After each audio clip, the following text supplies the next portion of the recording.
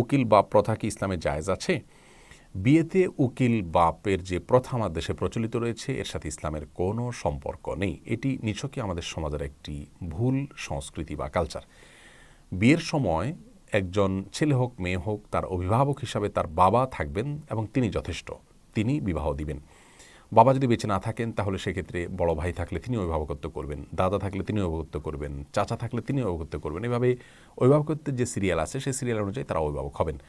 অন্য কোনো একজন ব্যক্তি যিনি তার বাবা, চাচা, ভাই এরকম কেউ নন, তিনি এসে উকিল বাপ হন এবং পাত্র হোক পাত্রী হোক তাদের এই তথাকথিত উকিল বাপকে বাপের মতো সম্মান দিয়ে যান সারা জীবন। এবং অনেক সময় দেখা যায় মেয়েরা তাদের সাথে দেখা করেন, অথচ দেখা দেওয়া হয়তো হারাম উকিল বাপের সাথে, সেরকম উকিল বাপ যিনি গায়েম হারাম।